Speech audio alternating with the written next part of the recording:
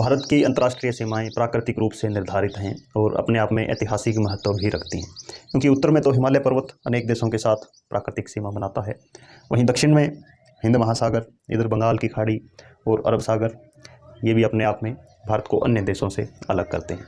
तो भारत के पड़ोसी देशों को हम कई कैटेगरी के अंदर रख सकते हैं। एक तो कैटेगरी होगी जो कि सीधे सीमा बनाते हैं, जैसे पाकिस्तान है, अफगानिस्तान है, नेपाल है, भूटान है, चाइना है, म्यांमार है, ये देश आएंगे। कुछ देश इनसे थोड़ा और आगे हैं लेकिन हमारे पड़ोसी देश हैं, जैसे पश्चिम में हम कहें ईरान, इराक, ये देश हैं, या उत्तर में कहें तजाकिस्तान, वो भी हमारा पड़ोसी देश है। और इधर म्यांमार यानी बर्मा से आगे लाओस, मलेशिया, कंबोडिया, थाईलैंड, ये सभी देश आएंगे।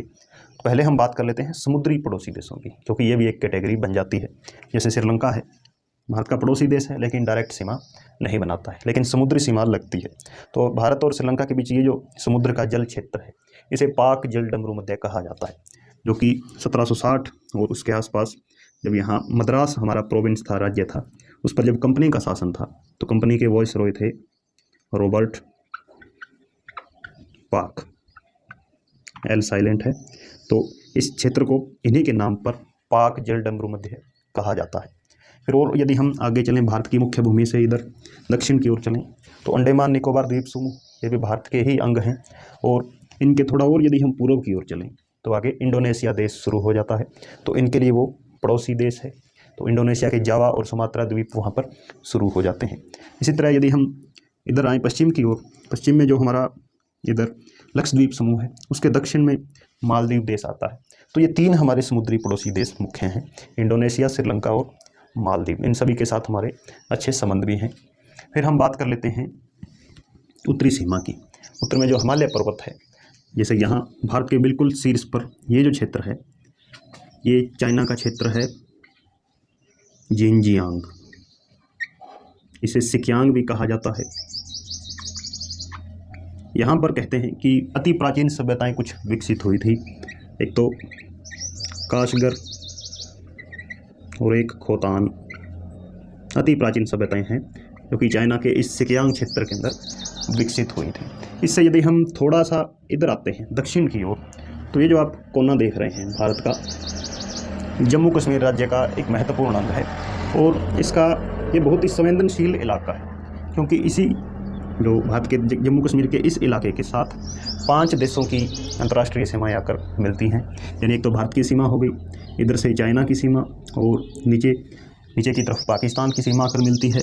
और जो पाकिस्तान ने जो पीओके हिस्सा भारत का, जो पाकिस्तान ऑक्युपाइड कश्मीर है, उसका कुछ हिस्सा अफगानिस्तान के साथ भी लगता है।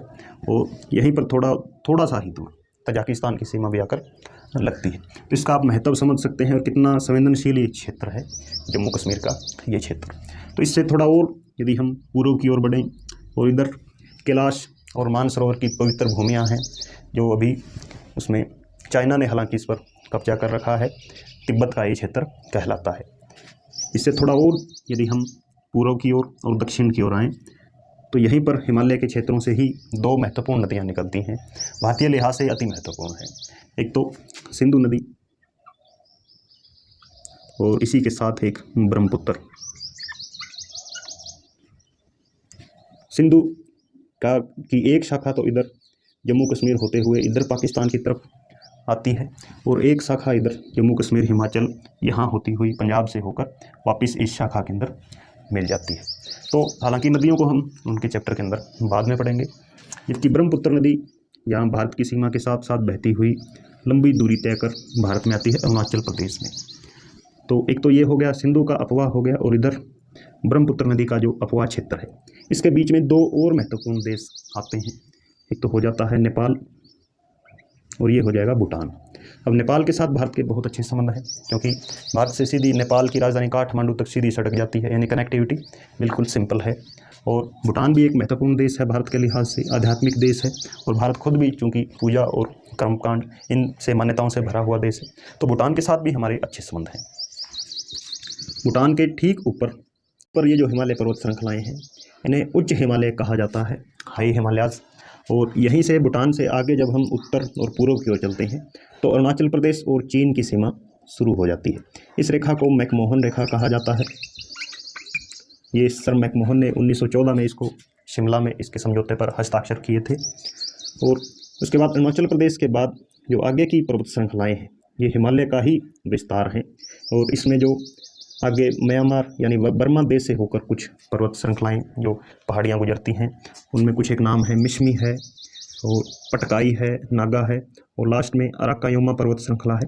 फिर ये सभी पर्वत यहाँ बंगाल की खाड़ी में डूब जाते हैं नीचे की ओर और यहाँ अंडमान निकोबार द्वीप समूह पर आकर ये पहाड़ियाँ फिर से जल से बाहर आ जाती हैं। तो हालांकि ये चीज़ें तो वैसे हम प्लेट टेक्टोनिक के अंदर सीखेंगे, लेकिन ये सभी पहाड़ियाँ भारत को इधर बर्मा से या म्यांमार से अलग करती हैं। एक और देश यहाँ पर आप देख सकते हैं, भारत का पड़ोसी देश, भारत के बीच में ही है, दोनों तरफ तो भारत की सीमाएं हैं। इसे बांग्लादेश कहा जाता है और बांग्लादेश जब त्रिपुरा के साथ सीमा बनाता है तो इसे जीरो लाइन कहा जाता है।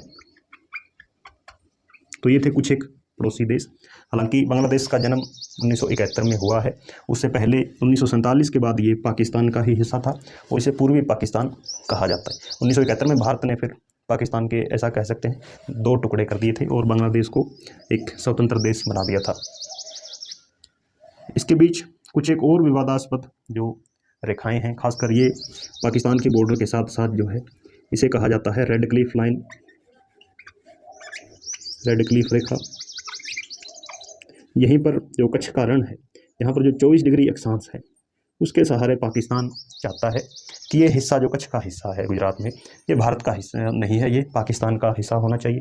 लेकिन अंतर्राष्ट्रीय समुदाय ने बार बार कहा है कि ये भारत का ही हिस्सा है नियमों के मुताबिक, लेकिन पाकिस्तान उन नियमों की अनदेखी करता है। इसी तरह एक डुरंड रेखा है भारत और अफगानिस्तान के बीच, उसका निर्माण सर डुरंड ने किया था, लेकिन चूंकि अब ये हिस्सा पाकिस्तान ऑक्युपाइड है तो इसी हिस्से में अब ये हिस्सा जो डुरंड रेखा है ये पाकिस्तान और अफगानिस्तान के बीच सीमा का निर्धारण करती है।